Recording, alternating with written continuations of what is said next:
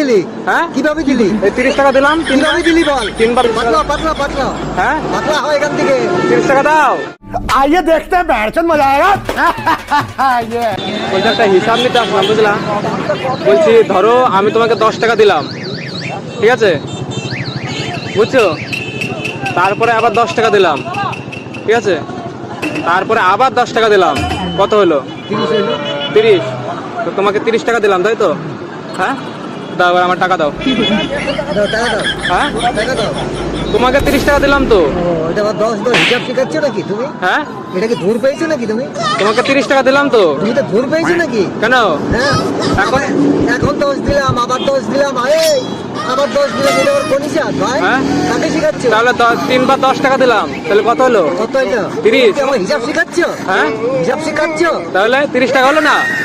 দাও দাও 30 টাকা দাও। 30 টাকা পাতলা দাও। পাতলা পাতলা হ্যাঁ পাতলা হয় এখান থেকে। 30 টাকা দাও। 30 টাকা কি করে দেবো তোকে? তোমাকে দিলাম তো এখনই। কি করে দিলি?